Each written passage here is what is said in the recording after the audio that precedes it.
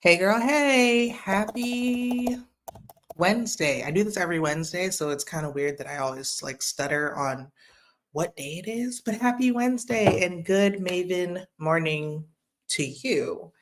If you don't know me, I'm Olivia Denton Thomas, the brand counselor, helping you go from hustling to wholeness with brand strategy. And today I wanted to talk about how to make the most of the sky falling. I feel like a lot of us are in a bit of a skyfall right now, where the things that you recognize as normal, the things that you recognize as predictable, are becoming way less so. Especially as a human. I was going to say, especially as a business owner, but especially as a human, honestly, but especially as a business owner. Like, let me focus. Um, there are just so many shifts. Like there are so many shifts in what we can expect for, revenue, for the people that we are hiring, for tools and resources, and just everything is kind of changing for like a number of reasons. It's like there's a lot that's happening. Also, there's always personal stuff. Like personal stuff, I think a lot of the time we remove um, when we talk about these things, we remove the idea of like our personal issues from what's actually going on within our businesses too. But our personal stuff absolutely counts as well, because the person running the business is you, and you are just a person, and the people within your business are people as well. Um, so if you do value people, it is important to think about the ways that we're all impacted by things that are happening within our lives and things that are happening just kind of generally around us. So I really wanted to talk about that. A friend and I were talking about like sometimes if you're a person who's used to the sky falling, when the sky falls, it doesn't necessarily feel quite so crazy. Like obviously it hurts. Um, it obviously hurts, but there's always some flip, there's always a pivot. And that's the thing that's important to remember, right? No matter what's happening around you, the thing that you should be thinking about first is really what's happening inside of you and how to calm yourself enough to make the most of what everyone else sees as a detriment. A detriment is really just an opportunity in disguise. Now, will it happen immediately? And you say, like, hey, I now see it. Let's go. Not all the time. Sometimes you need to settle yourself enough that you can actually like take advantage of the new opportunities, right? Because what do they say? Millionaires are made in recessions. Um, and that's for a couple of reasons. There's like investing. Like if you invest in a down market, yay, you caught it while it's low. But also needs begin to present themselves, right? So you see the needs of all kinds of people that they're willing to pay something for. So you actually have to take advantage of what you're looking at and say like, "Oh, well they need this. I can do this." And you put it together for them so that they're willing to pay you. Oftentimes we get so caught in the goal that we have. Exactly, Melissa, keep calm and carry on. We get so we're not really thinking about the goal. We're thinking about the system by which we want to get the goal, right? Like we have that stuck in our minds because that's the thing that's very comfortable for us. That's the thing that we currently understand. So it's the method that we want to walk to get to the goal that we have, which is whatever that is down there. But sometimes you really have to reassess whether or not that walk is the way you should be walking, and you really have to start with yourself, right? Are you regulated enough to make a better decision for yourself? Like how's your self-care? I talk about self-care constantly, and it's really because when you are activated, when your nervous system is activated, you are not yourself. You are kind of a zombie in a weird way. You become very like animalistic because your body wants you to survive. It doesn't want you to live. Very different things. So when your body is in survival mode, the only goal is just to keep you alive, right? So that means you can become defensive. That means you can make bad decisions because you think this is going to keep you out of harm's way, right? If you're low, nothing can hit you. Like there's a lot of things that your body does in the name of staying alive that actually isn't going to get you any further. So you have to learn how to regulate yourself into a place where risk is welcome, right? Or be able to continue to soothe yourself when risk actually happens, right? It's really that. It's having an understanding of how to soothe yourself, just like a baby, having an understanding of how to soothe yourself when the bad things happen. Because no matter what time of the century it is, like the bad things are going to happen, whether globally, nationally, or personally, right? Bad things are going to happen. So having a consistent understanding of, well, what does caring for myself look like, right? For me, um, it is energy, esteem, expression, and what was that last one? Experience, right? So if you've heard me talk about self-care before, those are my four. And that's just what I think is important. Like your energy is your spiritual energy, your community, and your nutrition, right? Things that you are taking in, because everything you take in is what's going to come out. So you have to make sure you're in positions and places where what's feeding you is going to come out in something that is usable and energizing, right? Like when you're always stuck in like negative echo chambers, you become the negative echo chamber. So you really have to make sure you are around things that are going to give you some kind of like evidence toward optimism. Optimism is about evidence, right? Like people think optimism is like, I'm just going to randomly think that things are going to be okay. No, optimism is about finding patterns and creating evidence, or finding evidence and creating patterns that say, like, oh, this is what's possible, right? Whereas hope is more so ethereal. Um, it's kind of more outside of you, where optimism, you are seeing the pattern. So create the patterns. Like make sure you are around the patterns that say, no, things are going to be okay. Because in every single time when things are bad, there's going to be someone somewhere who's doing well. Well is relative, but there's always going to be someone somewhere who's doing well. So make sure you are in the presence of people and energy and information and nutrition, that is going to make it possible for you to process what you're seeing in a way where you actually feel like you are still possible. Even if not immediately, like there is still a way to get to the other side of the thing. Next up is esteem. Are you actually working in your mission? Are you working in things that are going to fulfill you? Are you working in things that actually show who you are authentically, doing things and showing up as yourself authentically, um, and happy about that, right? I think a lot of the time we are so disintegrated that we are just kind of going with the flow for whatever is necessary, and then we don't know why we don't feel good about ourselves. It's because we're not in alignment. We are not operating in integrity. Um, and that matters, right? Asking yourself how you can bring your integrity to your situations as much as you possibly can. When you're clear on your mission, you can kind of always put it into what you're doing and see how it furthers your fulfillment, but also the calling that you have. You can really apply it to anything, which is why I love doing mission work with clients, because it's like, yeah, I mean, this isn't really about the business. This is about how you show up in the world, and how you show up in the world connected to the thing that's real for you is what makes your work not a commodity, right? It makes it unique and special when you can apply yourself to it. So esteem is huge. Absolutely huge.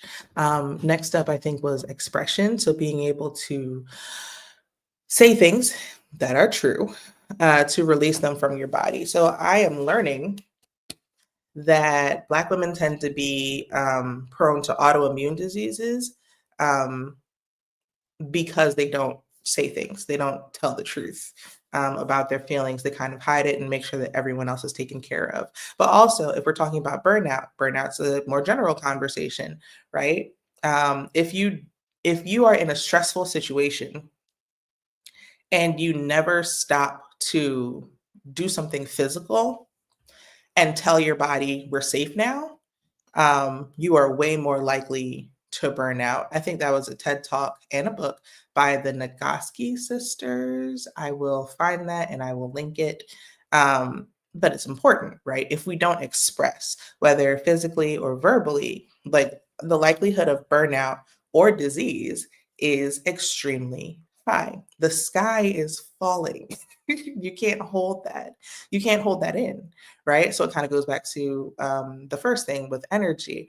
When we are able to express it with people, with community, who actually will put back into us, they'll listen to us, right?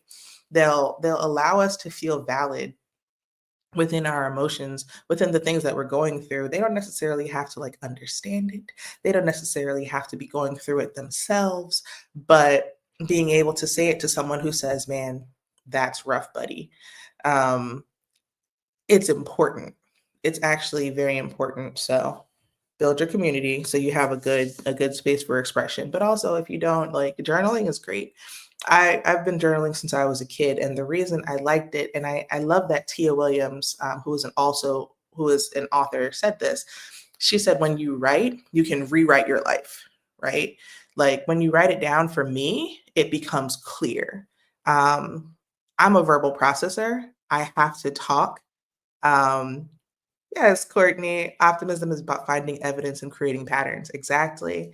I have to talk things out. I'm a verbal processor, so what I've always done is journal. Now, this is before I even knew that I was a verbal processor. I just like to write. I like books. I have stacks of empty notebooks.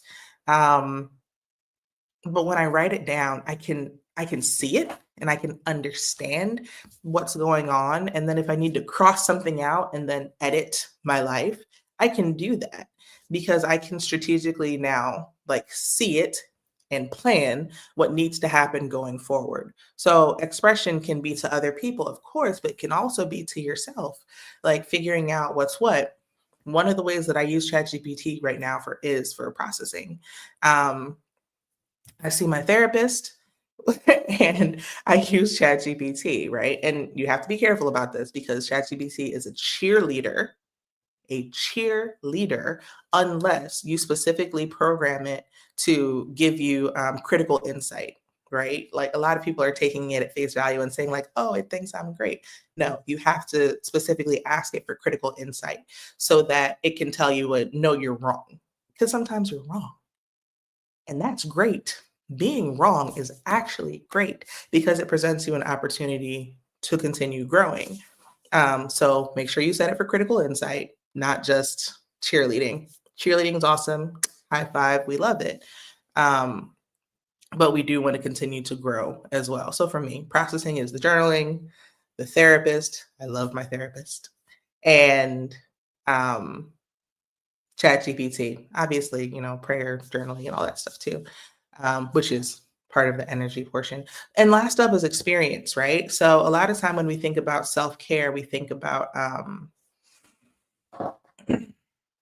like the bubble baths and the shopping and like all the things that are much more like commercial. That by itself is not self-care, but as a last step after you've done all of the other things, it definitely adds to the experience, right? That's why it's an experience.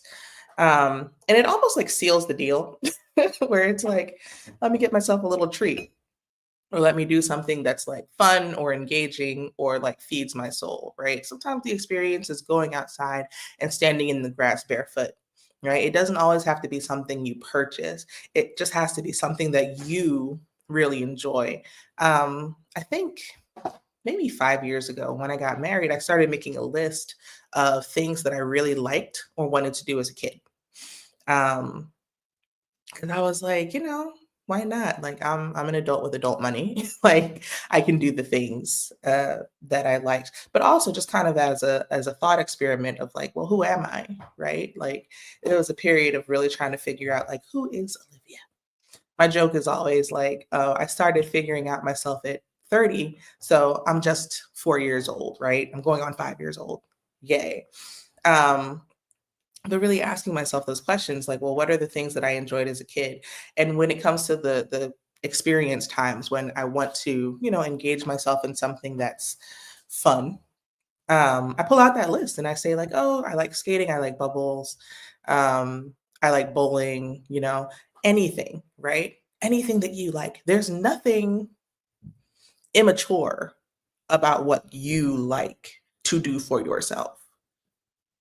Nothing. You can do anything you want for yourself, honestly. And the ability to actually engage in those things that make you feel happy are going to be the things that continue to give you more energy. We're right back to the front again.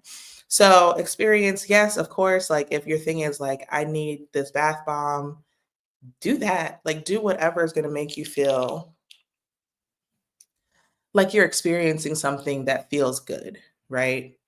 And it doesn't have to be big. It can be like, I just want a high five from somebody. Go for it. Like, just do whatever you need to do to have a good experience. Seriously. So now we've talked about self-care, which is always my jam. And because now you have a system of regulation, right? You have a system of actually understanding how to put yourself in the position to breathe, stretch, shake, and let it go. Um, Now you can get to the other stuff, which is looking for opportunities, right? The sky is down. There's an opportunity somewhere, whether it is with people you've previously worked with who now have a new problem that you can solve, or maybe a new market that you need to step into, right? Um, what is it? Rich businesses solve rich problems, right? So now you can look for new opportunities and figure out who has something that you can actually capitalize on and go into with them. For me, I had to change a service. I had a service that I shifted completely. Um, my service was a little bit more intermediate, my VIP day, and then more advanced if you wanted more advanced stuff. So I had to create a beginner service. That's an opportunity because right now a lot of people are shifting into beginner mode because they're seeing that they are, they're losing jobs or they're not feeling comfortable in the places where they're working now. They're not feeling respected.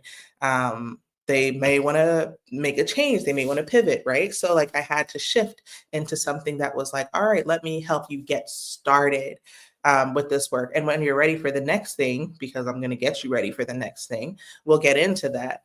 So that's a shift. The sky was falling, things were changing, and I saw an opportunity. You have to ask yourself what people really need right now and also what you can deliver right now. And when I say what you can deliver, I don't just mean the things that you can do, but the things that you can do that actually feel like good and energizing to you and feel fulfilling to you.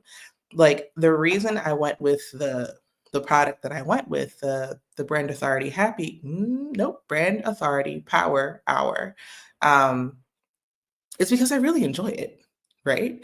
Like it's something that continues to fulfill me to be able to hear people talk about their stories, to hear people talk about what they want to create in life, and then do the puzzle work and figure out how it's profitable, right? I think that's fantastic. That's something I love to do. And so I'm doing it.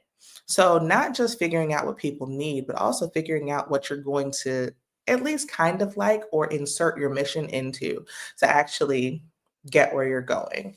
Now, money matters. Money absolutely matters. And sometimes you have to think of the thing that's kind of the minimum viable product to actually get cash flow and then continue to build. but think minimum viable product, right? Don't think about the ways that you have to build something out entirely before you put it out into the world. Think about the idea, think about like the least thing you can put out and do that, right? It takes a little bit of courage to remember that things are still possible for you when it seems like everything's changing or going wrong, right? But the reality is, now more than ever, things are possible for you. That's what these times are made of, right? We get to the other side of these things because we remember that we are not even strong enough. I don't want to say strong enough. I don't want to say like we're like holding on to things and gripping, but we're flexible.